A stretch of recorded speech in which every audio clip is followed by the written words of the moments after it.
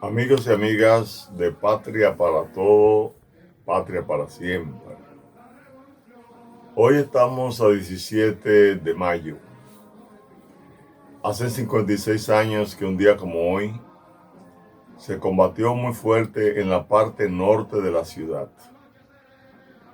La estrategia de los norteamericanos de llegar y dividir en dos partes la capital para dejarle el espacio más pequeño a los constitucionalistas, crear un corredor donde los constitucionalistas tarde o temprano se vieran obligados a tener que colocarse todos los que estaban combatiendo en la parte norte, colocarse en la parte sur.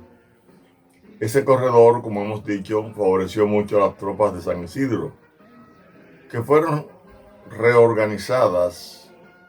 rearticuladas después de haber sido dispersadas el 27 de abril. Pero los americanos, al llegar, su primer trabajo fue el de rearticularla, darle forma a un gobierno de facto también, como era el triunvirato. Así formaron la Junta Militar que encabezó Benoit y luego el Gobierno de Reconstrucción Nacional que encabezó Inver Barrera. Ninguno tenían asidero legal. Era parte de la premura y de la necesidad que tenían los invasores de darle forma a lo que ya había perdido la forma en el combate en el Puente Duarte. Lograron eso, y cuando tenían asegurado ya la división en dos partes, donde las tropas que combatían en la parte norte no tenían contacto con la dirección central constitucionalista, pues hicieron lo posible por hacerle un cerco desde el espacio de transportación, que era un asentamiento militar que estaba por la Ortega y Gasset, y también la colocación por donde estaba la fábrica de clavos en los combates que se fueron escenificando. Llegó un momento en que ya los constitucionalistas de la parte norte no podían avanzar ni hacia donde estaba el río Isabela y donde estaba el río Sama, ni podían cruzar hacia la parte sur donde estaba Camaño. Y eran hostigados desde el lado del Timbeque, de todos esos espacios, por la 82 División aerotransportada, pero las tropas de infantería de San Isidro la colocaron para combatir en el espacio frente a frente con los constitucionalistas, apoyado en la retaguardia por tanques de guerra de los Estados Unidos, por cañones 105 que aquí no había en ese momento. Entonces, esa parte unida al vuelo de los helicópteros que ubicaban donde estaban combatiendo los nidos de constitucionalistas, que luego eran atacados por los cañones 105, que también eran atacados por la artillería, y que luego entraba la infantería, causando decenas y decenas de muertos, no solamente de combatientes, sino de civiles. Muchas personas que estaban en su casa. Eso ocurrió el sábado 15, domingo 16, lunes 17, todavía el martes 17. No se había terminado ese combate. Y fueron espacios que se ocuparon, básicamente se concentraron en la parte final, en el cementerio de la Máximo Gómez. Ese cementerio fue testigo de la fiereza con que tuvieron que combatir los soldados constitucionalistas, quienes, frente a un ejército reorganizado y un ejército que podía ser alimentado, contra un ejército que no podía estar bien alimentado porque no tenía el abastecimiento necesario para poderlo estar, ni el espacio donde descansar. Ya las tropas de San Isidro podían ir a dormir en una parte y ser sustituidas por la otra, ya frescos ante el cansancio y el abatimiento que tenían los constitucionalistas, que lo único que les sobraba era valor patriótico, era fiereza, heroísmo, y con eso combatieron. Y tuvieron con sus viejos fusiles con algunas bazucas y con unas instalaciones que se le llamaron móviles. Eran una especie de jeep que le habían quitado a los americanos, que le colocaban detrás una planchuela de hierro y dejaban un hueco para instalar en él una ametralladora 30 o 50, para contrarrestar la desigualdad de armamento que había, porque era muy fuerte cuando en cada esquina podía estar un tanque de guerra americano, cuando detrás venía la infantería, cuando se atacaba y había como reabastecer la retaguardia. La logística de la retaguardia no la tenían los constitucionalistas, la tenían los soldados que estaban colaborando con los invasores para mantener en el atraso a la República Dominicana, mientras que los que luchaban por la democracia, la libertad, la justicia, la honestidad, la transparencia, a eso fueron enfilados todos los cañones. Bueno, un día como hoy, ya después de sábado y domingo combatiendo, también en la mañana temprano se comenzó a eso de 6:30 de la mañana el ataque de la gente de San Isidro unido a los americanos contra los constitucionalistas. En el día de hoy, 17, un lunes de hace 56 años, la comisión de la OEA, que era la llamada comisión, una comisión mediadora, bajó de Camaño en la tarde del lunes, como hoy, 17, a hablar con él, haciéndose creer que no conocía lo que estaba ocurriendo, mientras los americanos habían atacado Radio Televisión Dominicana de nuevo el domingo, y donde los constitucionalistas tuvieron que poner en un camión móvil activado por una planta eléctrica, una de esas emisoras con la frecuencia de Radio Televisión Dominicana, para que llegaran las informaciones al país, porque los americanos querían silenciar la comunicación. Varios días duraron. El lunes todavía estaban en eso. Había una comisión también, que era la comisión de manejar los espacios de identificación. Esa gente renunciaron ante la situación que estaba ocurriendo, ante el Consejo de la OEA, porque le estaban exigiendo a la OEA que el número 14 que ellos pusieron, que rellenaron ilegalmente para poder formar la Fuerza Interamericana de Paz, quedara cesante. Ese grupo de personas que estaba siendo manipulada por el Consejo de la OEA renunció.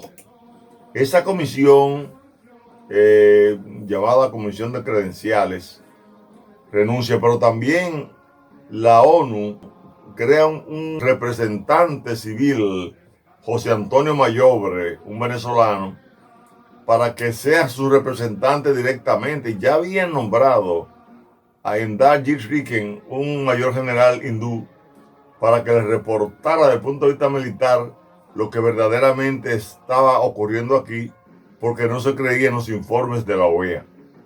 Ese lunes se movilizaron la diplomacia internacional, la OTAN, pero también la comisión, un equipo de crisis que existe en los ejércitos y para los momentos como este que estaba ocurriendo aquí, donde aunque se estaban masacrando a los dominicanos, había una resistencia que amenazaba con que el país se pudiera levantar.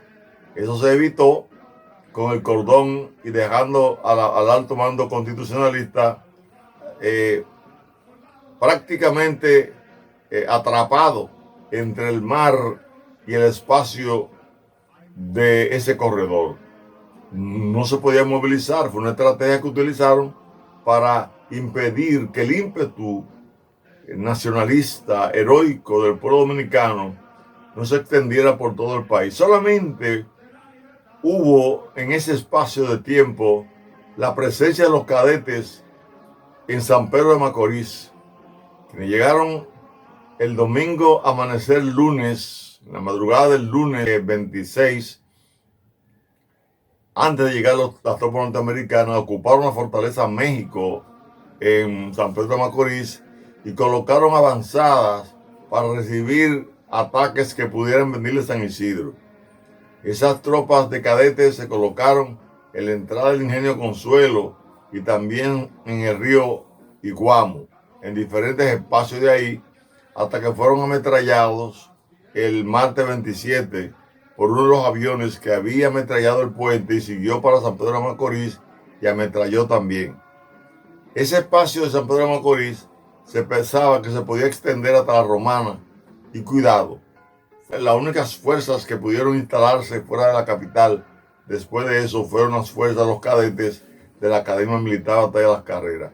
Había una expectativa fuerte porque el pueblo dominicano estaba respaldando la lucha contra la corrupción, la lucha contra el golpe de Estado del profesor Juan Bosch y la lucha ya por el respeto a la soberanía nacional.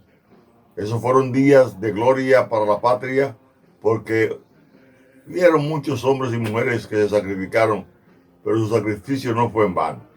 No fue en vano porque retomamos posteriormente la libertad de ser un país soberano, aunque quedamos intervenidos de muchas maneras por las tropas norteamericanas y sus equipos preparados para darle seguimiento a la crisis, más por el gobierno títere que se montó, que fue el gobierno de Joaquín Balaguer finalmente, después que el gobierno de Héctor García Godoy, que luego explicaremos cómo surgió, creó las condiciones para hacer unas elecciones que terminaron siendo unas elecciones donde en el proceso de campaña murieron más de 350 personas y donde realmente hicieron todos los fraudes del mundo para instalar a Balaguer. Ese Balaguer que un lunes como hoy, 17 de mayo, hace 56 años, el equipo de crisis discutió, Tom McMahon discutió con Lyndon B. Johnson la reunión que se hizo con Balaguer como a las 3:30 de la mañana de ese lunes amanecer martes, para tratar de que ese hombre que ellos tenían ahí para sustituir a Trujillo, que era Balaguer, pudiera volver al poder. Pero para eso habían que crear un espacio donde, por ejemplo, la Fórmula Guzmán, o sea, un gobierno provisional que encabezara Antonio Guzmán, como hablamos el pasado viernes cuando dijimos que Fernández Domínguez había venido en una misión para informarle directamente a Camaño esa situación que se había llegado con representantes diplomáticos de los Estados Unidos. La realidad es que Antonio Guzmán no pudo ser electo presidente provisional y ya explicaremos en los procesos de discusiones que se dieron después del día 10 de junio, que aunque se interrumpieron con el ataque del 15 y 16 de junio de las tropas americanas de manera directa, donde ahí se quitaron definitivamente el cuerpo entero, se desnudaron para demostrar que estaban en contra de la libertad del país, en contra de la democracia y a favor de un grupo que se distinguió por haber dado un golpe de Estado al profesor Juan Bosch, haberse metido de lleno en un proceso de corrupción en el gobierno del triunvirato y luego derrotados llamar a las tropas norteamericanas. Esas fueron situaciones que se presentaron en aquellos tiempos. La situación de este día lunes fue muy convulsa a nivel, como ustedes han podido notar, nacional e internacional. Y había una preocupación muy fuerte. Al llegar la noche, estaban los norteamericanos buscando la manera de que, además de haber hablado con Juan Bosch para el caso de Antonio Guzmán, hablar con otro líder del país, que era Joaquín Balaguer, a quien ellos habían dicho ya en el 1957 que se vislumbraba la posibilidad de la caída de Trujillo.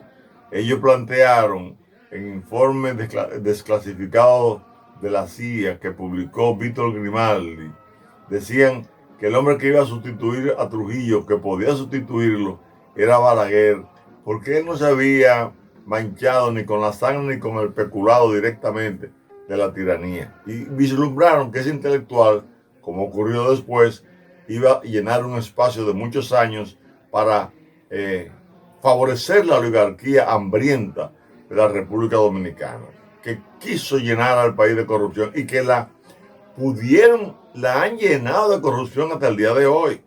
Hoy se presenta una situación en el país que nosotros no quisiéramos que se revirtiera, que volviera a ocurrir una crisis en el país. Solo que hay una circunstancia que se está dando. Los corruptos de ayer, de 1963, 64, 65, fueron apoyados por los norteamericanos y no pagaron su culpa por la intervención norteamericana. Hoy, los corruptos de hoy no están siendo apoyados por los Estados Unidos. Muy por el contrario, ese grupo de los Estados Unidos ha entendido que la política que le favorece hoy es respaldar la lucha contra la corrupción. De ahí que el temor de mucha gente de que pueda ocurrir algo en el país porque se estén apresando personas de poder militar y político, la gente que no tenga mucho temor a eso. Porque si se comete el error de tratar de cometer algún acto para interrumpir el proceso de desarrollo político que está llevando el país, los corruptos la van a pasar peor. Porque aquella vez el pueblo se lanzó a la calle. Se lanzó a la calle para reponer a Bosch, la Constitución y castigar la corrupción. Porque la corrupción es la que tiene la culpa de la cantidad de personas sin empleo que hay en el país, de la cantidad de hospitales que no tienen las herramientas necesarias para poder mantener una sociedad con mucha salud. La corrupción tiene la culpa de que no haya hogares para mucha gente con facilidad. La corrupción tiene la culpa de que muchos militares de distintos rangos malpasen, porque el grupo que está más cerca de las decisiones del gobierno hace y deshace. Y eso no puede continuar así. Hace 56 años que debió de haberse eliminado. Ahora, ocurrió algo en el 1965 al día de hoy, y fue que los militares honestos y democráticos que defendieron la patria fueron castigados hasta el día de hoy. La mayoría de esos militares no fueron reintegrados tardíamente. Todavía no se ha honrado a ese grupo de hombres y mujeres que luchó en favor de la honestidad de la patria. Todavía no ha habido un gobierno que asuma la responsabilidad total de que los derechos adquiridos por los militares constitucionalistas realmente se cumplan. Eso sería muy bueno que el gobierno y los sectores dominantes del país lo entendieran. Que para que la corrupción se detenga aquí, hay que realmente reconocer el valor y la honestidad de aquellos que sacrificaron de manera real sus rangos, su filiación militar, su entrega, cumpliendo el artículo 161 de la Constitución, que ordena a las Fuerzas Armadas. La Constitución de Bosch y la Constitución de hoy, las dos coinciden en que las Fuerzas Armadas tienen que defender el territorio de la República, la soberanía nacional, la Constitución de la República, el orden tienen que mantenerlo, al igual que la policía, el orden. Para eso están creadas esas instituciones. Entonces, en el día de hoy nos estamos jugando el futuro del país. Si salimos victoriosos en el sentido de que se detenga esa corrupción, el país va a dar un gran salto hacia el desarrollo. Porque este país, con el Producto Interno Bruto que tiene, mayor que la mayoría de los pueblos de América Latina y muchos del mundo, bien administrado, podemos tener mañana una sociedad realmente donde sean satisfechas sus principales necesidades y donde la Constitución de la República tenga eco cuando plantea en su artículo 75 que hay que racionalizar el gasto público, cuando plantean el 246 que hay que supervisar y controlar el gasto público, cuando le da el poder al Congreso de la República para supervisar y controlar el gasto público como no se hace, cuando le da a la Cámara de Cuentas ese papel de ser el auditor externo de los gastos del gobierno, cuando le da a la Contraloría General de la República el poder de ser auditor interno. Si esos mecanismos constitucionales se activan, entonces el Poder Ejecutivo podrá llevar a cabo mejor su labor y el Poder Judicial también. Al Poder Judicial ahora le toca realmente demostrar la ética, la moral y el patriotismo que lo adornan. Hoy, nosotros no quisiéramos ver a nadie preso. Por eso hemos hablado tanto, advertimos sobre la corrupción. Nosotros no quisiéramos una crisis, jamás. Por eso le hablamos del pasado, para que no vivamos un presente de angustia y dolor como en aquellos tiempos. Estamos hablando de estas cosas para recordar que hay un pueblo que no perdonará jamás la traición a la patria. No lo perdonará. Y este pueblo reacciona. Y estamos hablando de lo que ocurrió en abril, para que nadie se equivoque. Porque los españoles creían que no. Y en el 1861, un 18 de marzo, hicieron una anexión con Santa Anna. Y salieron de aquí derrotados 4 años después. Los haitianos nos invadieron en el 1822 y tuvieron que salir de aquí en el 1844, derrotados con las armas en las manos. Y muchos grupos, los franceses vinieron. General Ferrán, cuando perdió la guerra allá en Haití, quiso quedarse aquí en este país y fue abatido en la batalla de Palo Hincado, donde tuvo que darse un tiro cuando fue derrotado por un ejército de a pie de este país. Y así podemos contar desde la sublevación de Enriquillo. Este es un pueblo aguerrido. Este es un pueblo que reclama y merece ser respetado. Entonces, no quisiéramos que los que han incurrido en actos de corrupción incurran en otros actos. Que lo dejen ahí. Que vayan a sus tribunales. Que demuestren en los tribunales que realmente ellos no cometieron los hechos que se le imputan. Que demuestren en los tribunales. Que se busquen los mejores abogados para que si lo condenen a una pena benigna. Pero también que los tribunales trabajen para que si hay que castigar ejemplarizadoramente al que cometió un crimen de corrupción, que se castigue. Hoy no estamos jugando el futuro, todo el país, pero hoy hay muchas ventajas para el pueblo, porque tenemos un gobierno que está en disposición de combatir la corrupción, un Estado que está en disposición de combatirla, no un Estado que está respaldando la corrupción como fue el triunvirato de 1963-1965. Hoy las cosas han cambiado rotundamente. Y repetimos que hasta el país que nos invadió para poder apoyar a los corruptos, hoy está en contra de la corrupción. Entonces, vamos a seguir hacia adelante, vamos a mirar la historia y vamos a portarnos bien todos. Vamos a resolver esto judicialmente. Vamos a los tribunales y los tribunales entonces que canten como verdaderos cantantes de la patria, haciendo justicia, para que aquí se haga lo que hay que hacer, que es que se cumpla con la ley. Nos vemos el miércoles, no el viernes, porque el miércoles vamos a hablar de lo que ocurrió el 19 de mayo, cuando el coronel Rafael Tomás Fernández Domínguez fue abatido por tropas americanas cuando intentó tomar el Palacio de la Presidencia, después de haber visto los desmanes que se cometieron contra la población en aquel fatídico Operación Limpieza, donde murieron tantos dominicanos. Así que el miércoles vamos a hablar de lo que ocurrió el 19 de mayo y luego el viernes comenzaremos a trabajar sobre un periodo que va desde ahí hasta el ataque a los americanos el 15 y 16 de junio, para que se vea cuán sucio fue el proceso diplomático que se llevó a cabo para terminar la revolución constitucionalista. Hasta el próximo miércoles. Mientras llenos de noble ansiedad, nuestros campos